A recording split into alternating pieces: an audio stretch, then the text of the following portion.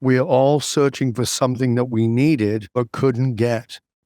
By going through the emotional source code, you discover what that is. And when you discover what it is, your anatomy of meaning changes. When your anatomy of meaning changes, you get to own your original identity, the truth of who you are, which transforms your beliefs, it transforms your values, and it transforms the way you behave. Welcome to Elevate, the masterclass where we dissect the elements of exceptional achievement and lifestyle design with a focus on personal growth and real estate investing. Now, here's your host, Tyler Chesser. Elevate Nation, welcome back. This is Tyler Chesser. I'm so thankful to have you here. I'm blessed and grateful to be sitting with the great Dov Baron today. Today's conversation is transformative, and there's really not many words that I can share that have not been said in today's conversation and that have not been felt through this transformative conversation, but it is powerful, and it is one that helps you understand the basic need of life, or the basic need in our life, then versus the self-actualized realization that we can create in our life. And there's a big gap, and there's a big chasm to cross.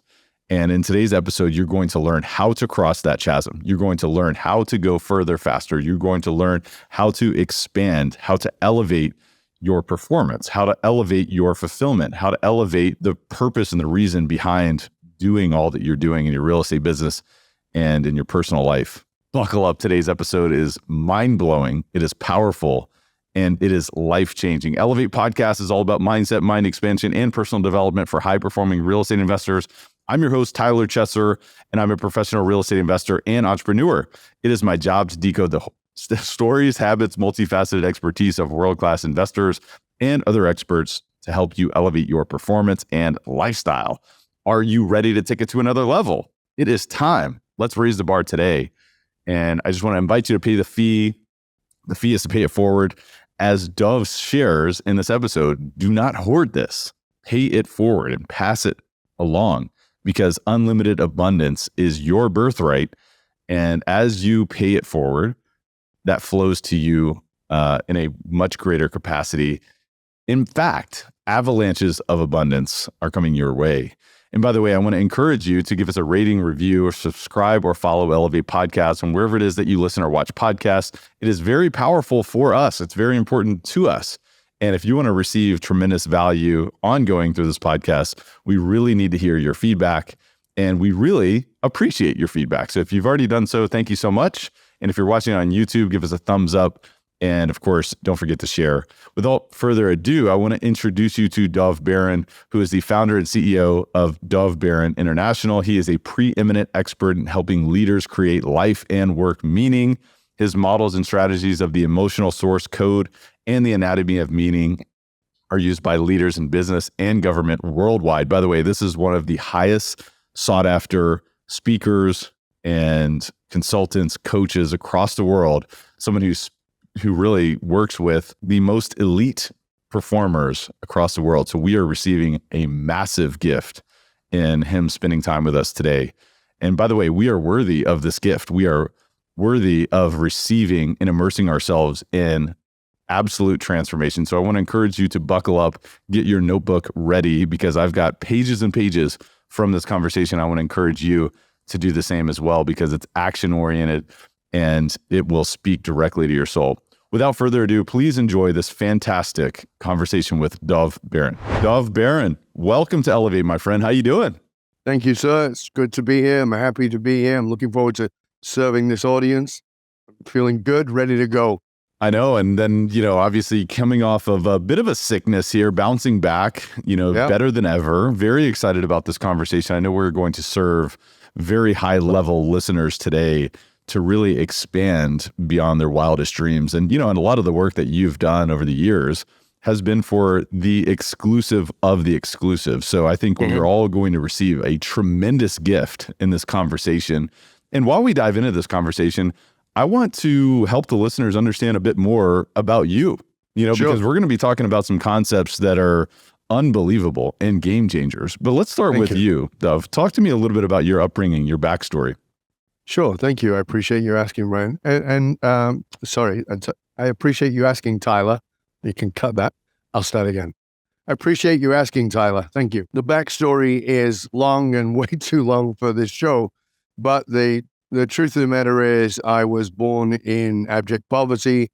I was surrounded by violence and crime and addiction and all kinds of abuse, and it was not a pleasant environment. And it was a place you didn't get away from. I was born in Northern England, and very working class, industrial kind of place that if you walk out on the street and you're out there for half an hour and you come back with a black ring around your collar, that's just from the grime, so it was very industrial. And it was kind of a place where people believed this is my lot. That was a language pattern. This is my lot in life. You got to make the best of your lot in life. And I never felt that way, even as a small child. And even though it was all poverty and struggle and all those kinds of things, and there was several things that transformed me or fed that idea within me. When I was 10 years old, I walked into the living room. Interesting, because as we record this, it's appropriate, but I won't say why until I go in further. But I walked into the living room and I saw my mom crying, which was not particularly unusual, but she was crying. And I said, "Why are you crying, Mom?" And she's wiping her eyes and pushing her glasses up as the tears are flowing. And she just looks at the TV set and she says, "He's dead." I said, "He's dead?" And I look at the TV set and there's nobody there I recognize. I mean, this is not a soccer player, this is not somebody from Coronation Street. This is not somebody I would recognize. And so I listen, and all of a sudden I hear, "I have a dream that one day," and I became just hammered silent and listened as Martin Luther King gave his "I have a dream" speech. And I went away and asked my uncle about who he was. My uncle was sort of the brains of the family, and learned about how he followed Gandhi's path, a path for peace. And I became very inspired. Now, what I was inspired by was not just his civil rights, which I'm certainly a big proponent of, but it was more the fact that here was, now you got to remember, I'm 10 years old. So in the mind of a kid, here was this black Christian minister on the other side of the world, relative to a child, on the other side of the world, who has impacted my mother, a white Jewish woman, on a different part of the world, and he's made her cry at his end of his life. And that idea that that level of impact is possible sort of lit a spark in me. It fired me. And then when I got to be 14, I was this weird kid. A lot of time I wasn't doing what other kids were doing. And it was a sunny day, and my mom came in the living room, and I was watching TV. And I would watch BBC Two. Now, back in those days, there was only 3 TV channels. Yes, I'm that old. There was 3 TV channels. And BBC Two was kind of the bit more posh, It had documentaries, it had Shakespeare, it had ballet. And I always loved BBC Two. I would fight with my siblings about trying to get it onto this channel. And it was a sunny afternoon. So nobody's down watching BBC Two. I'm watching a documentary. My mom came in and she said, "What are you watching?" I said, "I don't know." Because it was a silent documentary. It was all done with scenery. And it was shot across 4 seasons but it was 10 years, but made to look like 4 seasons. And you meet this character, it's a girl, and then later on she meets a guy, and later on they have a kid, and they travel from one coast of a country to the other coast. And my mom said, "What are you watching?" I said, "Don't know." And she said, "Well, what is it?" And I said, "I don't know." Well, she said, "Where is it?" I said, I think it's America. And she goes, "Oh, yeah?" And I said, "Yeah, I'm going to go live there." And she says, I'm 14, right? In the ghetto. And she goes, "Okay, son," and leaves the room. It was, how do I know? I did leave, and I left at 21. I began to travel the world and study with great teachers around the world. But I moved here when I was 32 years old, and I'd lived here for about 3 years, and I'd been to Stanley Park many times, but I'd never paid attention. And I went into the entrance of Stanley Park. And as I went into the entrance of Stanley Park, there were these beautiful Native American totem poles that stand beautifully high with the park as the background. And if you look the other way, it's got the city as the backdrop across the ocean. It's gorgeous, absolutely gorgeous. And I remembered that was the last scene of the documentary when I was 14. So I lived exactly where I said I was going to live at 14. That's amazing. It was an interesting manifestation of my reality, without any conscious, I've got to go find those totem poles. I'd passed those totem poles probably 1,000 times and never even noticed them. But this was the day. Wow. You know what it makes me think of is, inputs and, our environment, how that can shape our future. And you were talking about being impacted by this individual that we all know, Dr. Martin Luther King Jr., an individual who made a tremendous impact on the world, but he impacted somebody in this corner of the world that you would have never really anticipated. And that lit this spark within you. And you had this drive to say, you know what, I want to make an impact. And, pulling yourself out of this abject poverty, surrounded by crime, violence, addiction, you knew that there was something more than suffering and abuse. You almost had this innately within you. But then you were talking about pulling out and traveling and studying with some of the world's greatest thinkers, doers, later pulling out and running multiple companies. I mean, talk to me about that experience. And then I do want to I want to go back and talk a little bit about some of the lessons that you learned growing up in poverty as well. But talk to me about the experience pulling out of this poverty as well. Well, first of all, as a kid, I was this very strange child, as I said, so much so that my mum thought I might be possessed because I'd be talking about things that are on the other side of the veil. Now, let's remember, this adult is a very science guy. I studied neurosciences, I studied quantum physics, et cetera, but I'm into this what appears to be a woo-woo thing to my mom. And so she ships me off to the rabbis, and I begin to study with them as a small boy. They sort of take me under their wing, and it helped me to be at peace with what I was experiencing. They never made me right. They never made me wrong. They just were really good at asking me questions. And the wonderful thing about that world, particularly in Lubavitch, in Hasidic Judaism, is that there's an old saying, if you get 5 chassids in the room, so 5 Hasidic rabbis in the room, you get 6 opinions. Right? And so it's never about the answer. It's about digging deeper. And that trained my mind very well. So by the time I was 10, I taught myself prana yoga, and I'd made myself a promise in my teens that I was going to study these different religious philosophies. So when I was 21, I'd made this promise to myself. And at 21, I created an opportunity to leave the UK. And, I had a job. I created a position that would allow me to study. So I began to study Buddhism, the Tao, Vedantic Hinduism, which is Vedantic philosophy, Kabbalah, and Gnostic and Coptic Christianity, with all these different teachers, living and learning with them all, studying with them, and really just digging deeper and deeper into the spiritual path. And after a while, I was besotted with it. It was absolutely my life. I was meditating 4 hours a day. And still running businesses and still studying, right? So I was still doing all those things. And I got really sick suddenly of all these people who could tell me which way my sharka was spinning, but couldn't get their shit together to pay the rent or hold down a relationship. So I was like, well, okay, this is really great, but what's driving it? So I started to study psychology, and I studied psychology, and I became a Jungian therapist. And I loved Jung because Jung bordered on the metaphysical, tied the metaphysical understandings into a psychological understanding, and made me think in a different way. But being a therapist had no appeal whatsoever because I really had no interest in listening to people whine and complain. So I then started to study what was back in the 80s called the psychology of excellence, very early 80s. Psychology of excellence today is called leadership, but it was athletes, entertainers. It was people who were doing the best of the best.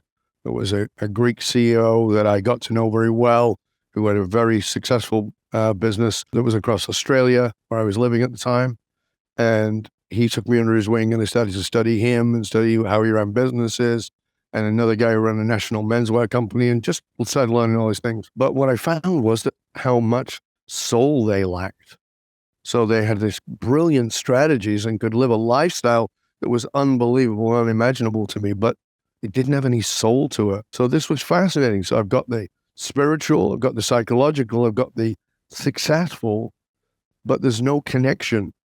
And then in 83, I was in Melbourne on a break and went into a bookstore. I'm a massive reader. I started finding some books and found a book on quantum physics. It didn't say quantum physics. I'd never heard of quantum physics. It was actually a book. I pulled something out, and this book sort of fell out, and it was a little thin book. And it was Hugh Everett III's theory on multidimensional reality. And I could only read every other page because one page was in math and one page was written. So I just ate it. I mean, I just consumed this book and became fascinated with multidimensional reality and how it worked and what was driving it. And that led me into other parts of quantum and started to study that. And then later on, started to put it all together in the understanding of what resonance is.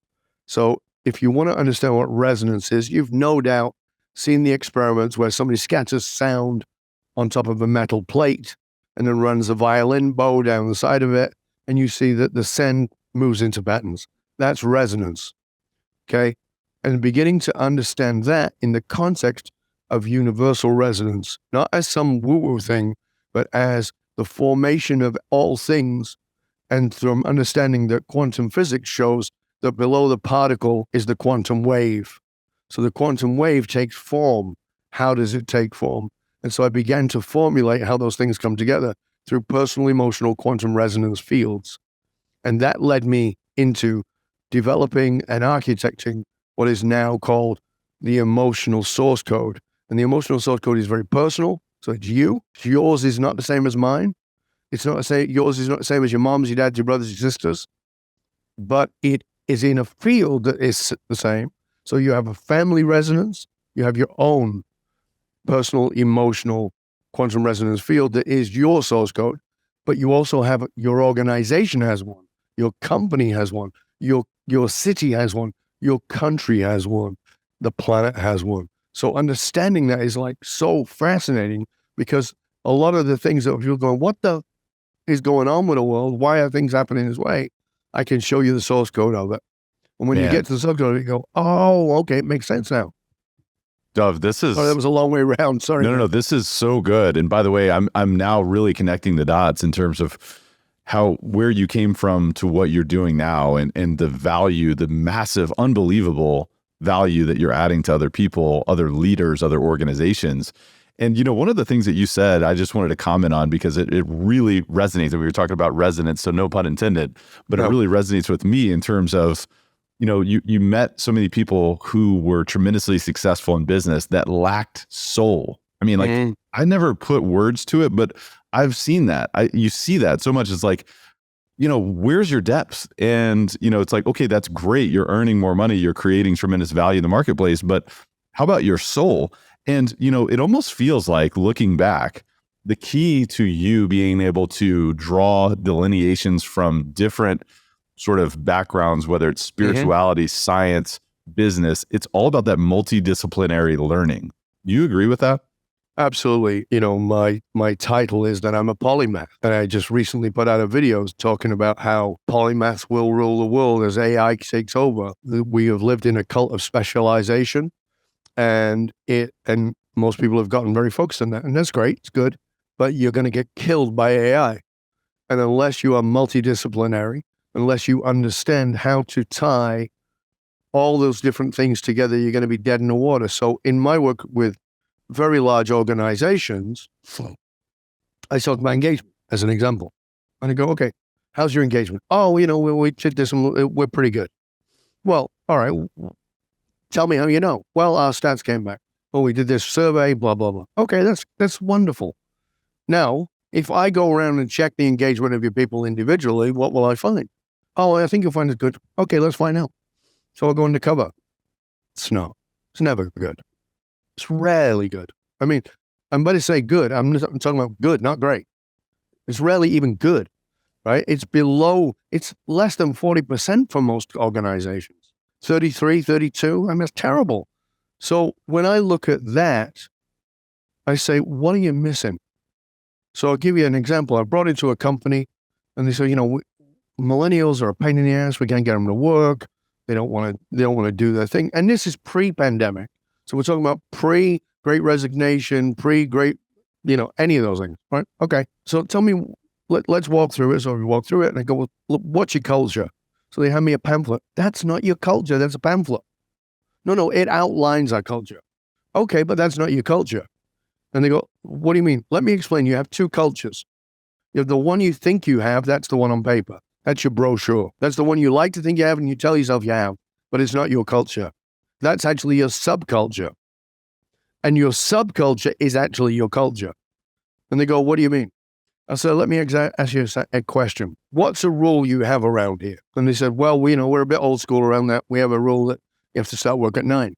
Everybody has to be at the desk working at 9. Well, okay, cool. How many people show up before or after 9? They go, no, everybody's really good. And I go, if I go into any department, I guarantee you that's not the case. And they go, what do you mean? And I said, if the leader in that organization shows up at 10 after 9, everybody knows you only have to be there at 8 after 9. That's it. So your culture is always developed by the leader of the organization overall, but also of each department. And leadership is permission, and permission is by their behavior, and permission forms the culture. If you say, we don't do that here, but you do it, well, it's different. I'm the boss. No, that's the culture. That's how it works. So that's the level of engagement. So I say, number one question for you, if you want to understand, if you want to improve your engagement, let me ask you a simple question. How engaged are you? What do you mean? You're the boss. I'm talking to you, the CEO, the founder, the owner. How engaged are you?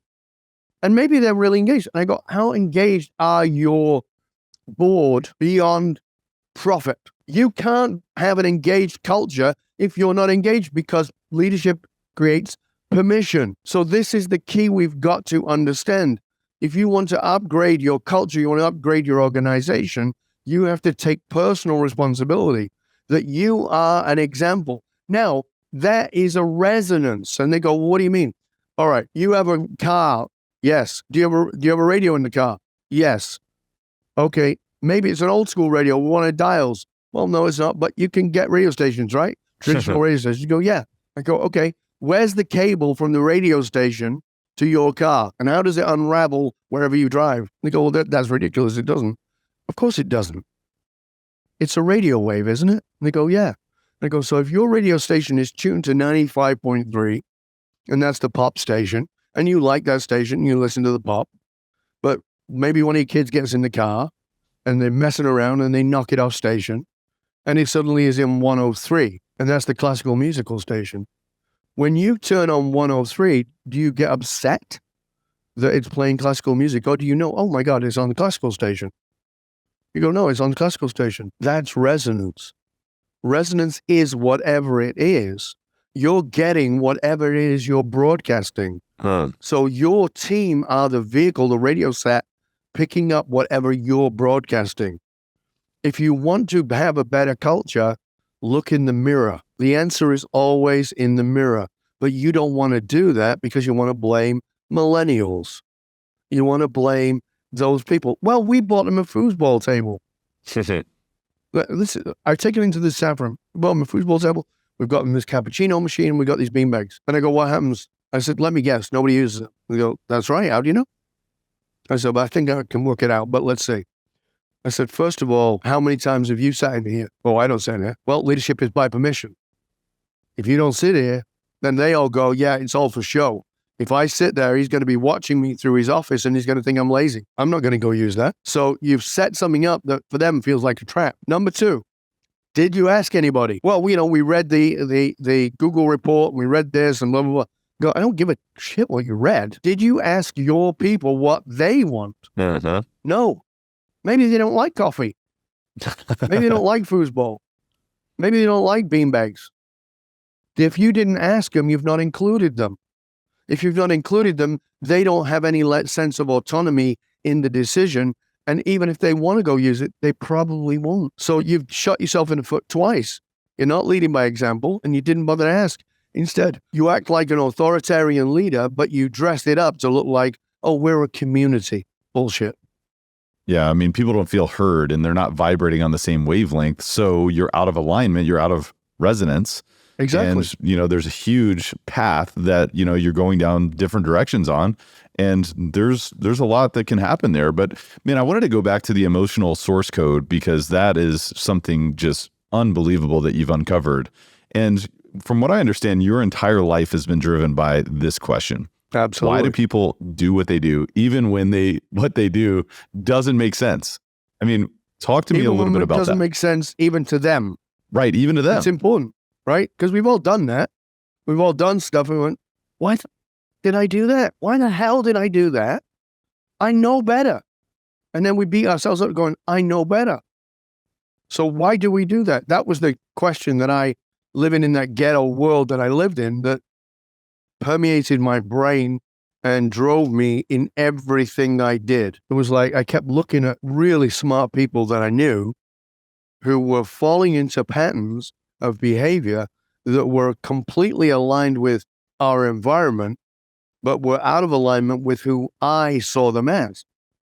You know, my aunt, for instance, was a beautiful woman. We lived in the ghetto. She's the one who told me about style. She said, you know, if you haven't got any money, you save up some money and you buy a piece. This is what she called it, a piece. And I said, what's a piece, Jesse? And she said, it's one piece of clothing that's expensive, but you put it with things that are not expensive, but it's a featured piece. And so because it's high quality, everything around it, all your other clothes look like they're also expensive. Like, so she understood style. She was fantastic. And she was very beautiful, and she was funny, and she was playful. And she would date these absolutely horrible human beings. And she would always have this fantasy that this was the one and that he's going to treat me like a queen. No, he's going to beat the shit out of you. I can see that. I'm 10 years old and I'm looking at him and I can see he's going to beat you up, right? And he's going to use you and then he's going to dispose of you. I could see that, but she would leave these fantasies. And that was just one example. You know, she would, and you, as you listen to this, might be able to relate to this. She would date the same person with a new face, right? We've all been there. We've all done it. And we go, geez, you know, why didn't I see the signs? That's because of your emotional source code. So the emotional source code, so let's just look at this.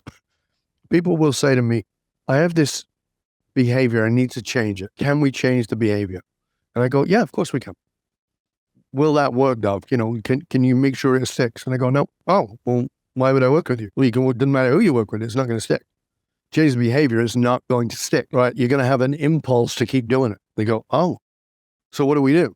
Well, your behaviors are all driven by your beliefs and your values. Oh, so we got to deal with the beliefs and values. Yes. Okay. So, all right. So if we go to the beliefs and values, will that change the behavior? Yes. Will that make it permanent? No. Will it last longer? Yes. Oh, how do we get it to be permanent? Well, your beliefs and values don't exist on their own. They're held in place by your identity. Oh, okay. So if we examine my identity, can we change the beliefs and values and behaviors? Absolutely, yes. And they go, well, how do we do that? Well, you can't do that without examining your anatomy of meaning. And you can't do your anatomy of meaning without knowing what your emotional source code is. So they go, oh, that just sounds like so much. I go, yeah, it's big. It's huge. So does that mean I'm stuck and this is where I am? Absolutely not. I transform people all the time. One of my clients I spoke at the UN with many years ago. He and I spoke in 2015 at the United Nations and the Department of State about the radicalization that we're now seeing. That's crazy, right? You know, with the Proud Boys and all this. We were talking about how to avoid that and what strategies need to be dealt with.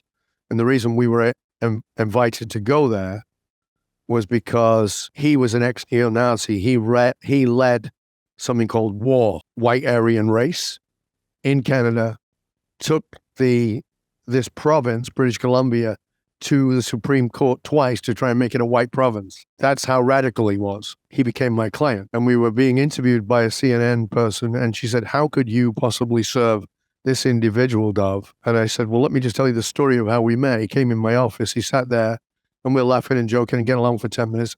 I kind of met him briefly. His friend had paid for the session. And I said, let's stop wasting your time, Tony. And let's stop wasting Damien's money. Why are you here? He looks down at the floor, swallows some golf balls, and says, I'm a neo-Nazi. Then he starts telling me about some of the things he's done and how he's behaved. And you wouldn't know it. Look at him. There's no tattoos on his face or anything, you know, and he's looking at the floor and he's feeling enormous amounts of shame. And I said, so are you still in the movement? And he says, no, I'm not in the movement, but the movement's still in me. I still believe all those things. And he looks up at me. And I've got a big Cheshire cat smile. And he's mad. It's like, what are you laughing at? And I said, Tony, do you know my name? And he goes, yeah, of course, it's Dov. I go, do you know where that name comes from? And he goes, no.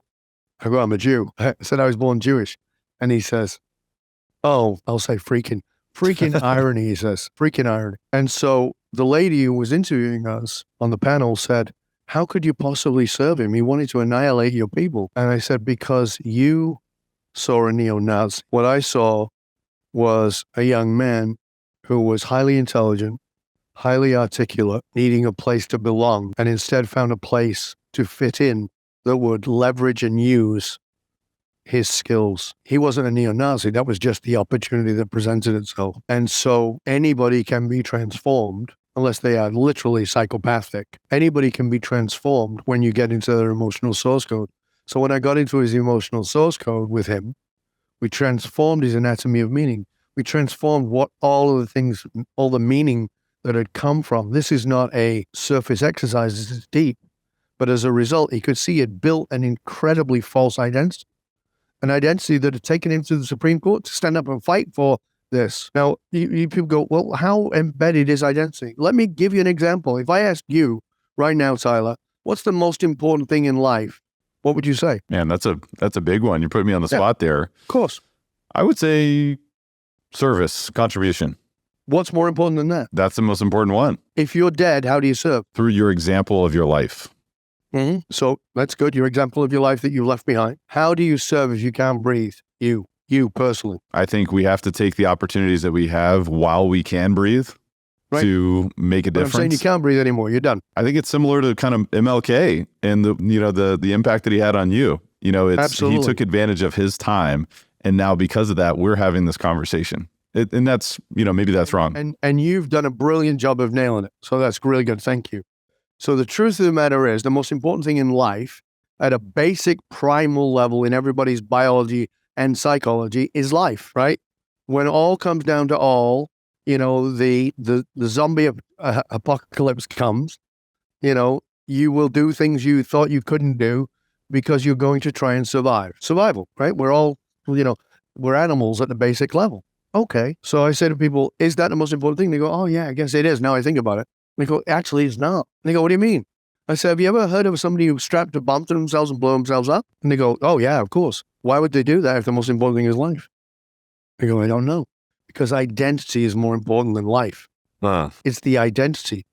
Now, the identity you attach yourself to can be like MLK and have an impact on me as a 10-year-old kid, but it can also be to, be a jihadist and do whatever you decide to do. And I'm not here to judge either of those things. That's fine. You do what you want to do. But my point is this, is your identity is you'll give your life up for your identity. So it's the most difficult thing in the world to change. And identity does not change without crisis. Now, let me repeat that. Identity does not change without crisis. So if you, right now, as you listen, watch this, are making $5 million a year, I'm just making up a silly number. I realize that that's probably small for some people and very large for others. Okay. You're making $5 million a year, you live in a nice house, you got a beautiful car, you got a beautiful partner. On the surface, it all looks great. But you're miserable as all sin. You're not going to let anybody know because your identity is more important. And your identity is you're a happy guy and you're the one with the champagne and you're the one with the yacht and you're the, and you're all that shit that we get to see on the internet about what success is. You're Instagram happy. Okay. But your internal is miserable because the identity you've built doesn't have any depth to it. It's now a surface representation of who you are. And that is a crisis. We call that, quote, an identity crisis. We might call it midlife crisis. We might call it, Now, there are catalysts for that. In my case, it was falling off a mountain, getting smashed to pieces. For some people, it's a car crash. For some people, it's a bankruptcy. It's a divorce. It's a horrible diagnosis. It's the loss of a loved one. There's a million reasons it could be. And at that point, we go, I've got to re-examine my life. The challenge is that opportunity comes and everybody, so when I fell off the mountain, people go, I must have changed your life. And I say, actually, now I realize it didn't. And they go, what do you mean? It embedded me. Embedded you in what? My ego, my identity. When I fell, and I fell 120 feet, got smashed to pieces, I think 11 or 12 reconstructive surgeries. Initially, I was walking around with my jaws wired together. My jaw was in 5 separate pieces, right? And they're putting it together, and I'm talking through wire. And people are saying, how you doing? And through that wire, I'd say, I'm great. I'm coming back. It was a lie. I wasn't great, and I wasn't coming back. But my identity was, I was an ex-boxer, ex-martial artist, ex-ghetto kid, ex-leader, ran businesses. You're not putting me down, man. The world has tried to put me down for 1,000 years. This is not going to happen. So it was the identity was getting more deeply embedded. And it wasn't until probably about a year and a half later, and I was out with my friends. My friends were very good. They came and took me out, tried to give me a night out, cheer me up. And I had no money. I'd blown everything. And I'd go out with them and I'd fake laugh. You go out and because I was just miserable. And every time I'd go out with them, I'd feel worse because I'd realize, I'm just never going to laugh again. I'm never going to be funny again. It's over. But meanwhile, I'm telling everybody else, I'm great and I'm coming back. And one night we went out with the lads and I had a good laugh. It was the first week the wires were off and I had a good night. I had some fun. And it was like, maybe I am coming back. And I had this spark of hope within me. It felt like it was possible. And I came through the back of the house and I opened the kitchen door and the light from outside illuminated the floor. And across the floor was garbage everywhere. There were coffee grinds and meat packaging and empty cans. It smelled horrible. There was kitty litter. It was all over the floor. And I went from that moment of hope, that spark of hope and joy, to pure rage. I was infuriated. I knew exactly who had done this, and I wanted, in all honesty, to kill that individual. And I went in this rage looking for that individual. And when I got into the living room, there, curled up and all comfy on the couch, was the responsible individual was there. And I lifted my hand to strike, which is not who I am. I'm not a violent person. And I stopped myself immediately and instead scooped up my cat into my arms, pulled him to my chest, and he was stiff and he was cold and he was dead. He died of distemper, been sick, I didn't know. He died of distemper and had some kind of seizure or something and pulled everything over. And I fell to my knees and I began to weep. I had not wept for my fall. I had not allowed myself to cry and feel the loss of who I had been. And I was just 2 minutes into that when I realized I'm not crying for the cat. I'm crying for the loss of who I was. And I finally allowed myself to let to recognize that identity was dying. And I had to let it die. I had to let it die. And that was the moment of change. The moment, so remember, I'm great, I'm coming back, and then feeling like it could all go back to normal. The moment of change is when you're in the crisis and then it could go back to normal and you choose another path. So if you've had a friend who had a heart attack really young and they were very successful and they worked 70 hours, 80 hours, 90 hours a week, and then they have the heart attack and they're in the hospital and you go see them and they go, oh my God, I just woken me up. I realized was missing my old kids. I'm missing my marriage. I got to change around. And then you bump into them 4 months later and they're doing the same shit they were always doing. And you go, why? Oh, it's just who I am. See that comment? This is who I am. It's an identity statement. Uh-huh. So they will give up their life. They will give up their family. They will give up their loves to hold on to this identity. That's how addicted we get to it. It's an addiction. It's a neurochemical addiction. So we get addicted to it and we go back to it. But the moment of change is when it could go back to normal. When you're given that opportunity and you say, got to go another way. And that meant that my journey was much longer and harder and the recovery was harder. And so my work now privately has found a way to condense all that, go right to the emotional source code, go to the anatomy of meaning, give you the identity that is you. So I'm not putting anything on you. It's like strip away. Let's find this. But people are afraid of that. I understand. But as Joseph Campbell said, the treasure we seek can only be found in the cave we fear to step into. We've got to step into that darkness. We've got to step into that unknown.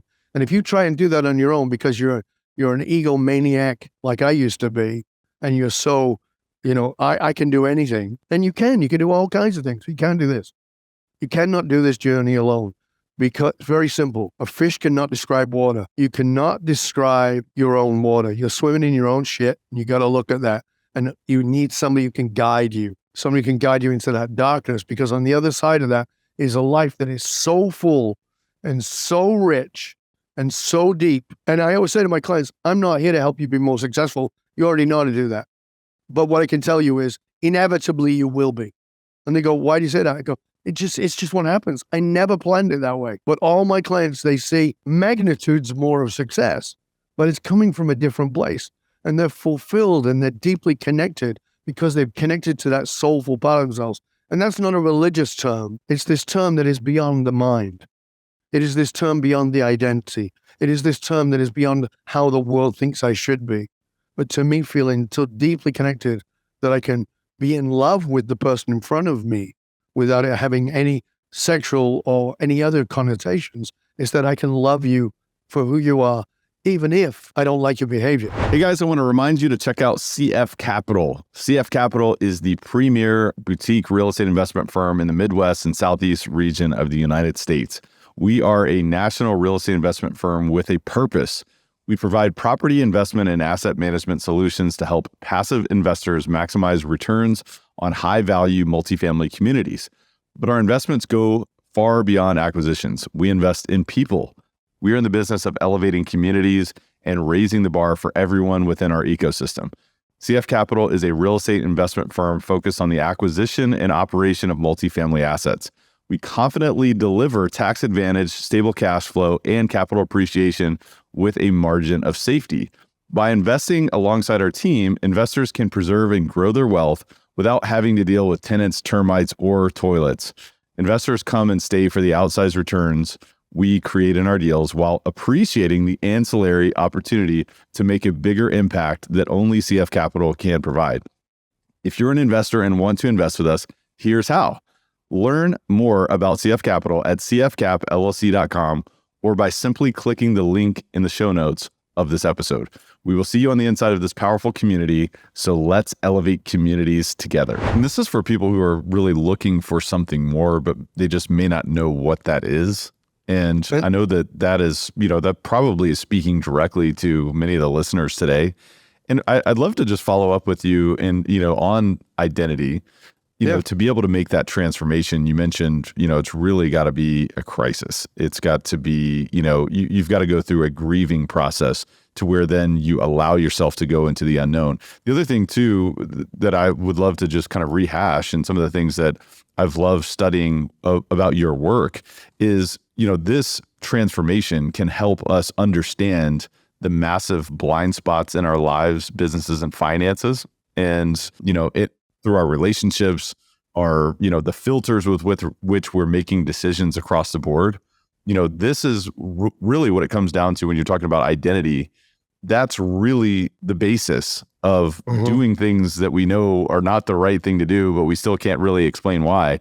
But tell me, can people make a transformation without going through some sort of tragedy or crisis? Or you feel like, tell me a little bit about that. That's a great question, Tyler. Thank you. So the answer is that, as I said, most people need a crisis. Now, let's look at, how do you determine a crisis? So do you need a plane crash? Do you need a falling off a mountain? Do you need a heart surgery? What if a crisis is a twist of your ankle that awakens you? What if a crisis is simply a way of paying attention? So the way I explain it is this. This is just my metaphor for it. Think of it this way. I like to say that the soul whispers, that your soul is always whispering you onto your most authentic and soulful path. But we're busy and it's noisy. The world is a noisy place. Never been noisier. We've never been more distracted.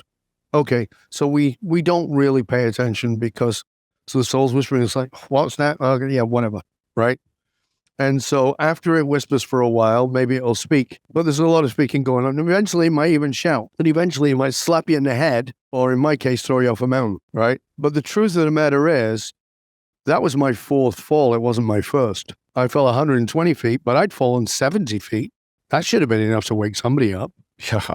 Right? And I had two other major falls as well in between those. But the truth of the matter is, it's the stopping and paying attention. And with this, so just put this in your brain for a minute. I am always in communication with the highest and greatest part of myself, if I can listen. So if each day you sit down, and I highly recommend that you do this, whether you work with me or you read any of my books or you do your own stuff, this is a great place to start. Just sit down and say, when might my soul have been whispering to me today? Well, I snapped at that person in the coffee shop. What if that was a whisper? What if that was a way to have you pay attention? What if you just go, oh yeah, I was irritable and I was impatient. Yeah, that's true. But what if that was a whisper? What's the message in it? Oh, I twisted my ankle today. What if that was a whisper? What if that was telling you to slow down, that maybe you're not paying attention to things? What if when my wife was upset with me about this thing and I kind of dismissed her, that was a clue? It was a whisper from that soulful part of myself. Because you can decide when the crisis is, and you can decide how big the crisis is.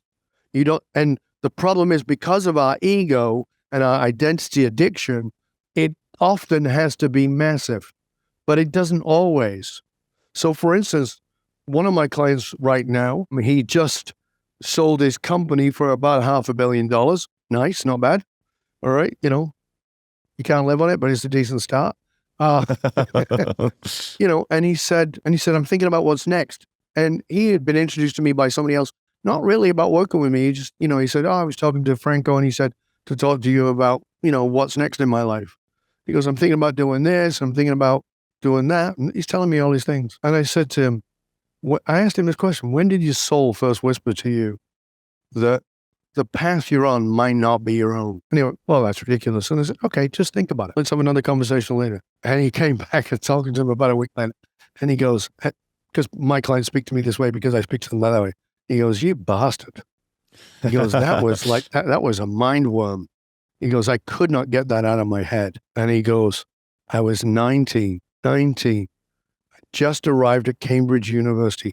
He's 64 years old. He said, I was 19, I just arrived at Cambridge University. He said, and I laid on my bed and I was thinking about the girl back in Calgary that I'd left. And he said, and I left her to pursue this. And he goes, he says, I still think it was the right thing to do. He goes, but my mind whispered to me, or as you say, my soul whispered to me, what did she give you that you can't find here? And he said, and I thought that meant I should have stayed with her. He goes, I realize now that wasn't what it was. He goes, but it's only because you asked me that question. He goes, all my life I've been pursuing the thing that she gave me that I couldn't get, even with a $500 million company, even with 3 houses, one of which is on a beautiful island and a boat and, et cetera, et cetera.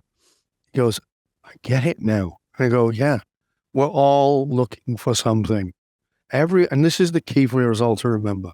And right now, as you enter into your life, as you step out into the world, I want to have you go away with something, and that's this. Everybody you meet, billionaire, Oscar-winning actors, gold medal athletes, the wealthiest of the wealthy magnates and icons and whatever you want.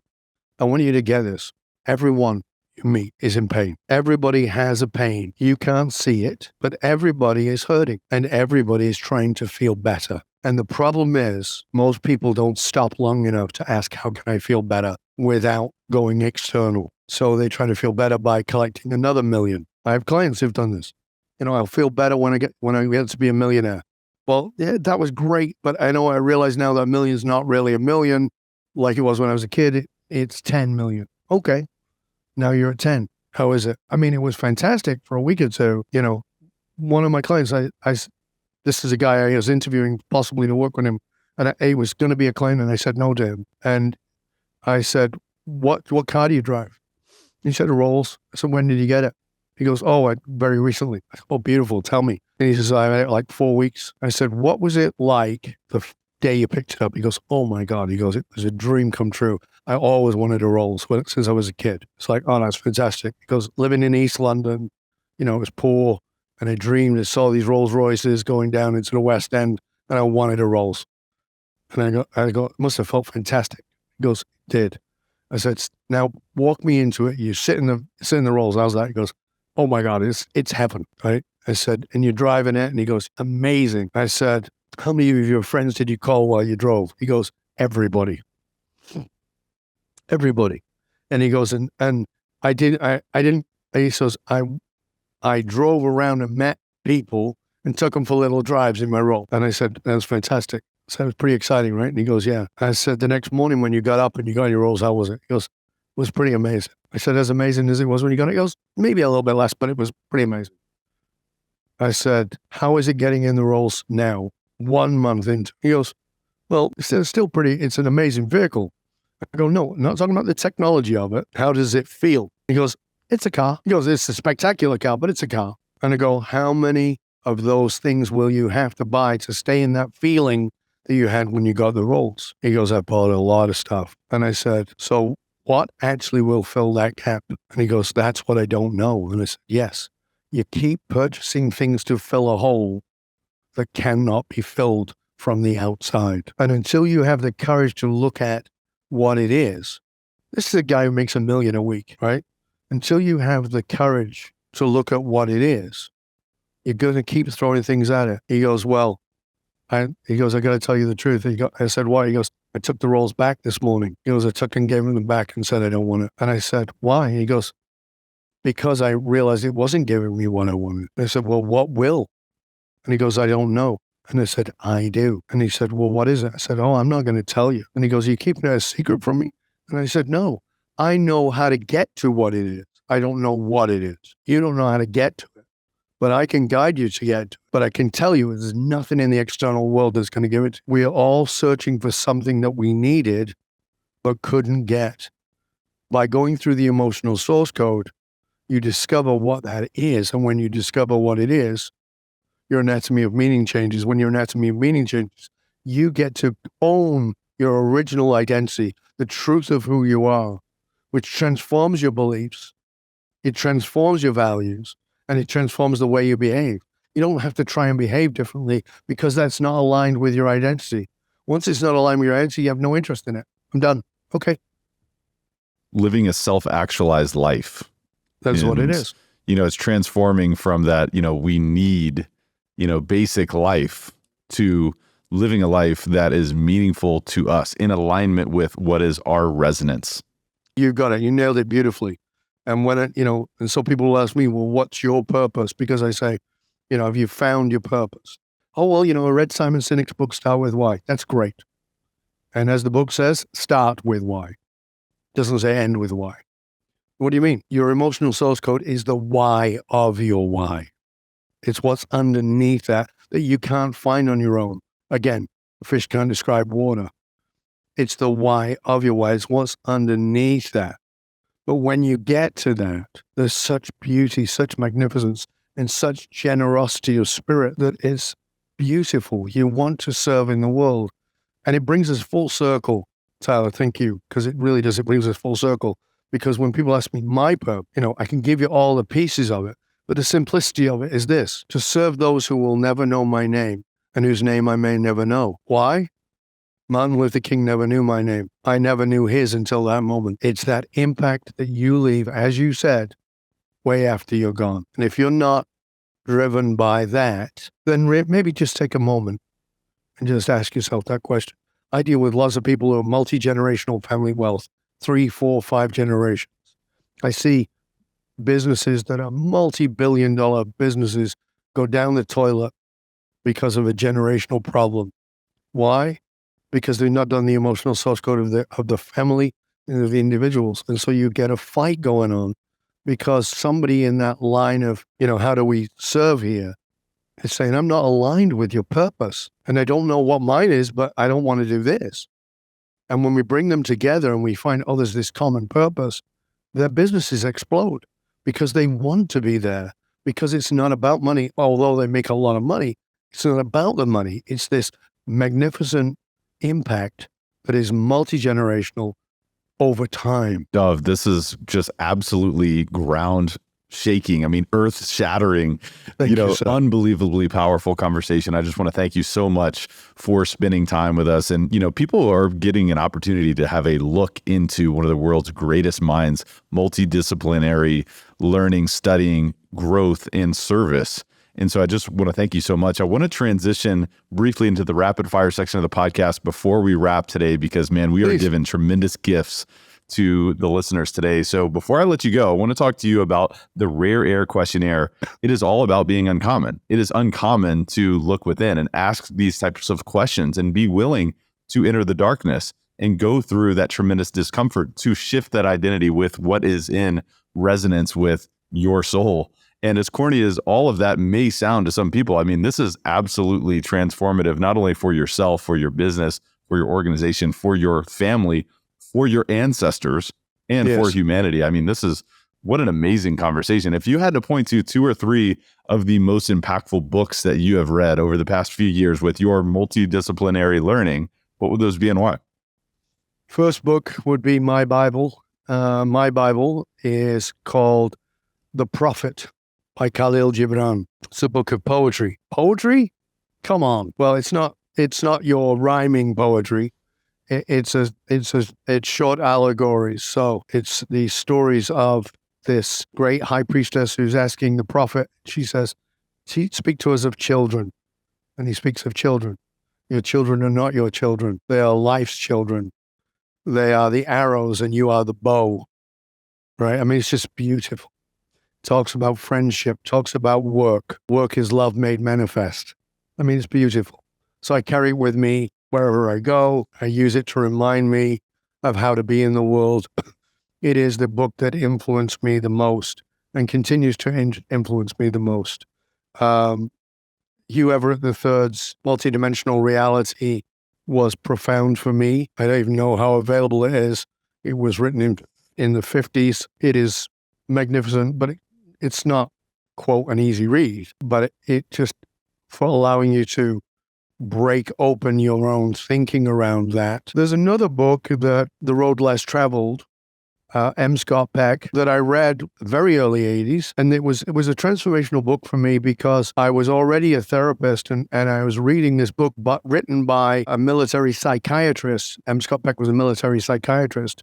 And I'd been trained in the same way he was, which was this idea that we have to be these neutral sounding boards for our patients. And I would never allow my clients to call themselves patients. They were clients. Because I used to say, if you're sick, you can't work with me, right? I don't believe you're sick, so you're not a patient. And I remember having this inner turmoil about what I was taught about how I was supposed to be with these people. And then I read Peck's book, and he said that he was trained to be this neutral person. He said, but if I don't fall in love with you, I can't help you. And that transformed the way that I saw the people I worked with. And so, to work with me, there's a qualification process.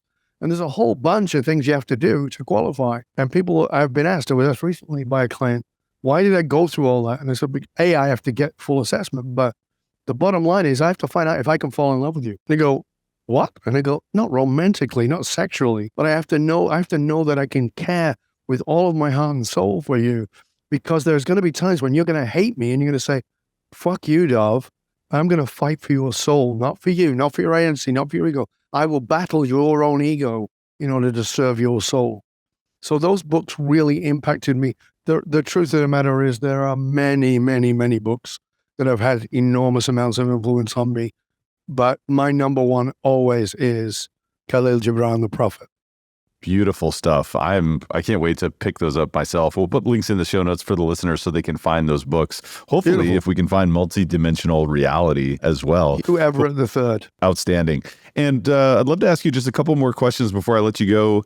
If you had to point to, and this is going to be challenging, I think, for you, the biggest way that you elevate your life on a daily basis, what would that be and why? Oh, that's really actually quite easy. You can see it right over my shoulder if you've seen this on video. And it is, at the end of every show, I say, stay curious, my friends, stay curious. I elevate my life through curiosity. And the first level of curiosity is, how can I love this person? Sometimes to love this person means I'm going to say something that is going to upset you. See, we have this ridiculous new age idea that love is soft and fluffy, right? There is a saying, the truth hurts, right? But the truth hurts before it sets us free. And so I will always try to come at you with as much compassion and caring and love as I can. But sometimes you need a swift kick in the ego to pay attention to the person who loves you is not going to let you get away with this. There's this new age bullshit idea of unconditional love. If you're loving unconditionally, you're a very unhealthy, psychologically, a very unhealthy individual. You go, well, so I'll give you an example. You've got a dog. Yes.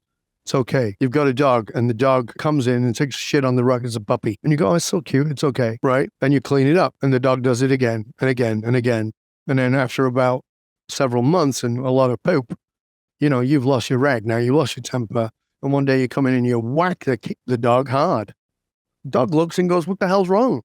Isn't this the toilet? But you think you were being unconditionally loving. What you were doing was teaching the dog permission. Again, leadership is by permission, that this is the toilet. If you don't have conditions around your love, you're saying, please come and shit on my rug. My rug might be my self-worth, my self-esteem, my caring. So we need boundaries, not walls, boundaries. Say, listen, I love you, but you don't get to treat me that way. I love you enough to let you go if you want to be abusive. I love you enough to say, no, thank you. So that's, so love has to have those hard boundaries that say, this is what healthy love looks like. So you've got to be curious enough. If you want to elevate yourself, you got to, number one, be curious about what you already believe, about what you're already certain of. And so I ask you right now as you listen, what are you curious of? What are you most curious about? Write that down. Great. Now I ask you, what are you most certain about? And you write that down. Now let me ask you, which one do you ask more questions about? And you usually go, well, the one I'm more curious about. Yeah. Now flip that over onto what you most know about. What are you most certain about? Because the three words that will kill you, I know that. The moment you say, I know that, you have shut down your mind. You've shut down your ability to learn. So instead of saying, I know that, it'll come up. Everybody has an ego, mine too. And he'll come up with, I know that, and ask the question, do I? And your mind will say, yes. And you say, could I know more? Yeah, but not from this idiot. Well, what if they know something you don't know that, yeah, they sound like an idiot now, but what if you listen a little further and you'll learn something more? Okay. I don't think so, but okay. You've got to be willing to wrestle that ego that wants to say, I know that. And even if you get to, I absolutely know this, the question is, am I using it? Because you can know something and not use it. We've all been down that road, right? Knowledge is not what transforms us. Transformation comes from the application of the knowledge. So stay curious, my friends. Stay curious. This will elevate your life. And stay curious about what you think you know. And stay curious about how you can be curious in a state of love. Dov, this is so good, man. And your whole life has been, really one of service. And really that's where your life is today and, contributing so much to the world's most powerful people. And it is really, really remarkable. My last question for you is really around that. I mean, what's the biggest way that you elevate others around you? I mean, if you had to summarize and really hone that in, I mean, what would you say about that? Again, it's simple, but not easy. I am willing to see them. Everybody you will ever meet. Kim Kardashian, she's about as seen as you can get, is desperate to be seen. Everybody you meet is feeling pain and they're trying to feel better. And one of the ways you can make them feel better is to see them. In my office in the city, there's a guy who sits outside on a piece of cardboard with his cup and asks for change. And one day, a client came into my office and said, I just stood in a puddle out there. I'm sorry. And he goes, it might have been pee. And I go, why? And he goes, well, there's a homeless guy out there collecting money. I said, it wasn't pee. And he said, how do you know? I said, let me ask you, what's the guy's name? He goes, what guy? The guy collecting money. He goes, I don't know. So why don't you know? He goes, I didn't ask him. Why didn't you ask him? I never thought to ask him. Did you look him in the eye? No. Why not? Well, I was in a hurry to get here. Yeah, that's the problem. The thing you can give any human being is dignity. I said, now go away. At the end of the session, go away. Next time you come, make sure you come knowing his name and you know his story. And he says, do you know it? I said, I do. No, I didn't tell him, but I told him later. His name is John.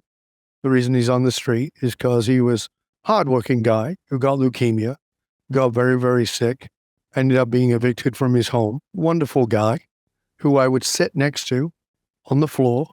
He didn't ever pee on the floor. He never did any of that stuff. And when I would pull my car up, he would guide me into the spout, and he would feed the meter for me. And I'd come out and I'd say, how much do I owe you, John? And he'd go, 75 cents. Okay. And I'd give him 75. And oftentimes I wouldn't give him any money, give him 75 cents. But I would sit with him and have a conversation with him, and chat with him, find out about his family. I knew him as a human being. I gave him dignity. Now, of course, every now and then I would give him some money. Now, I wouldn't give him a quarter. I'd give him $20, right? How is that going to change my life? But it's going to change his. Gave him dignity. Walk through the world giving people dignity. See them. You want to be a better human being, see other human beings.